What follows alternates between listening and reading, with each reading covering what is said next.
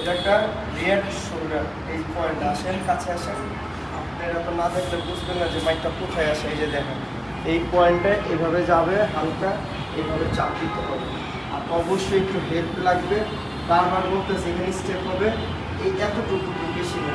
এই দেখেন কাটিংগুলো দেখেন, এইভাবে মাঝখানে কাটিং, এখানে আসেন, এই এত দেখছেন, এইভাবে থাকেন। আপনার একটু বেশি করলে কুটনামি করলে তো ব্যায়াম করতে পারবেন, ওঠান দেখাই একভাবে, করেন আরেকভাবে।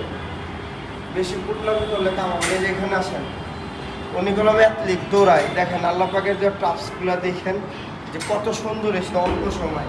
হ্যাঁ রাখেন। দাদা আপনার মন থেকে বলবেন, আমি যে শিখাই তা না।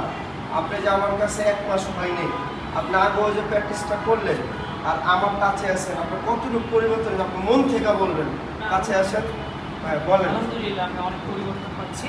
হ্যাঁ আগে একা একাই করতাম, হ্যাঁ অবশ্যই একজন ট্রেনারের দরকার। হ্যাঁ কারণ কোনটা পার্টসের কী ধরনের ব্যায়াম এটা তো সবার জানা থাকে না। হ্যাঁ। যারা বিগিনার কিংবা যারা হচ্ছে এক্সপার্ট তাদেরও সহায়তার জন্য ট্রেনার দরকার। তো আপনি আগের থেকে বেটার ফিল করতেছেন?